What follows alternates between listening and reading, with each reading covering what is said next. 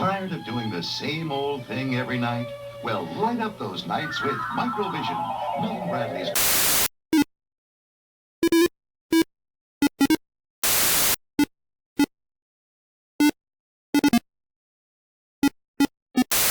switch cartridges to Connect 4. It's a real mind tease.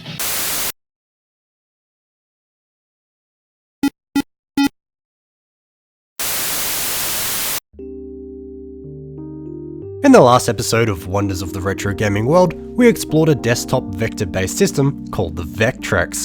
The Vectrex was designed by J. Smith, but several years beforehand in 1979, his company, Smith Engineering, came up with a handheld called the Microvision. Now, 1979 was a long time ago, no doubt. However, the Microvision wasn't the first handheld gaming device ever. That title could arguably go to LED-based devices from Mattel, like Auto Race in 1976 or Football in 1977. Having said that though, the Microvision is notable as it was the first ever handheld to use interchangeable cartridges, something big hitters like Nintendo wouldn't capitalize on until 10 years later. Because of this, that it's easily a wonder of the retro gaming world, but sadly, it lived a very short life, having been discontinued in 1981 and having only 12 games ever released.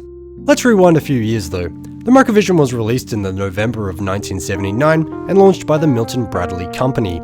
It had a very strong first year, grossing $15 million. This would have been a windfall for J. Smith and his company, no doubt funding the development of the Vectrex. The most games were released for the system this year too, including Blockbuster, which was the pack-in game, as well as Connect 4, Mindbuster, Star Trek Phaser Strike, and several more. The form factor of the Microvision was odd compared to today's standards, with the console itself being no more than the LCD, a controller pad, and a controller chip for that LCD. The CPU and memory were actually individually housed in each game cartridge, and also included the necessary buttons for that game that overlaid the controller pad. There were also transparent graphics on each cartridge that overlaid the screen to make the single square pixels a bit more defined. The original cartridges used the Intel 8021 CPUs, but due to purchasing issues early on, switched to Texas Instruments TMS 1100. Games had to be reprogrammed for the 1100, and while it was a lower powered CPU, it used less power and had more memory. That's why early revisions of the Microvision used two 9V batteries instead of one. However, because of the cost to redo the Microvision's production mold, there was still space for a second 9V in later versions, which was labeled as storage for a spare battery. Otherwise, the CPU was clocked at 100 kHz and there was 16 bytes of RAM and 2K of ROM. This connected to a 16 by 16 pixel monochrome screen, and there was rudimentary sound achieved by a piezo buzzer. Additionally, the controller pad included 12 buttons that could possibly be used, as well as a paddle. So, how well do games that are only 16 by 16 pixels play? Short answer, simply. You have sports games like baseball, bowling, and pinball that have very obvious and limited goals, and while games like Alien Raiders and Cosmic Hunter are a bit more in depth, they're ultimately going to get a bit boring after 10 minutes or so. To spice things up, Milton Bradley introduced a few familiar licenses. Connect 4, the competitive strategy game, released several years earlier and has a digital version for the Microvision.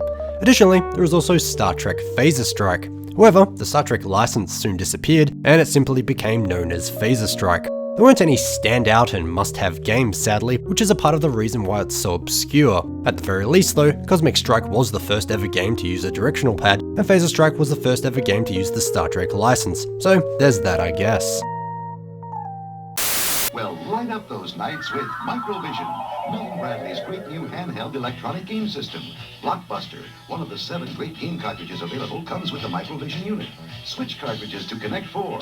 It's a real mind tease. And for fast action, there's bowling or hitting a jackpot in Vegas slots. So for new excitement, get Microvision, the programmable game system from MB Electronics. Like I mentioned, 1979 was the year the most games were released, totaling 7. However, only 2 each were released in 1980 and 1981, and there was only one single game released in 1982, which was Super Blockbuster, and that was only in Europe. As you can see, there was a massive decline in games, and it's this that ultimately led to it being discontinued. So, why didn't it receive much gaming support? For one, the unique construction of the cartridges may have put potential developers off, considering a CPU had to be added to every single one.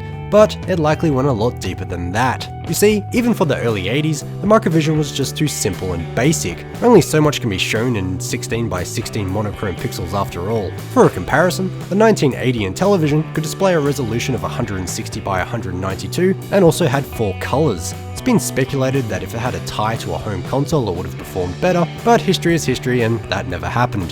The Microvision was also somewhat unreliable as a piece of hardware. Poor initial manufacturing practices for the LCD leads to a common problem called screen rot. This is when the liquid crystals leak and results in pixels permanently darkening. Apparently, simply leaving it in the sun or under other heat sources can cause this. Another problem is that the CPUs in each cartridge don't have any electrostatic discharge protection, as they're connected directly to the copper pins that connect the cartridge to the console. Cartridges have been known to fry because of the user, who has built up a small electrical charge, touches the pins while inserting or removing the game. Additionally, the layer of plastic over the keypad is prone to tearing after some use. Long fingernails have also been known to rip through the plastic accidentally.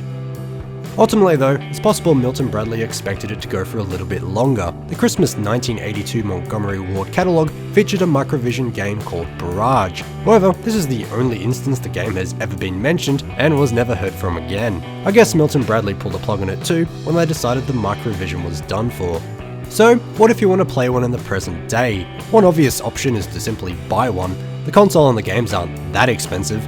A look on eBay at the time of making this video indicates the console goes for about $250, while the most common games go for between $30 and $50 each. While not stupidly expensive for a pioneering piece of kit, it should be noted that the possibility of receiving something that's broken and unfixable is quite high. Like I just listed, there were plenty of problems when they were brand new, but these would be exacerbated by the fact that it's all nearly 40 years old now. So, like always, the other option is to emulate. For a long time, there wasn't a fully working emulator until 2014 when Paul Robson created one. He even homebrewed 2 new games. The interface was admittedly basic though, so this year, which is 2017 at the time of recording, Ralph Coster updated the emulator with more overlays and a larger resolution. He has a download available on his website that includes the emulator and all the ROMs, overlays, and instruction manuals. It's what I used for footage in this video, and a link to his website can be found in the description box.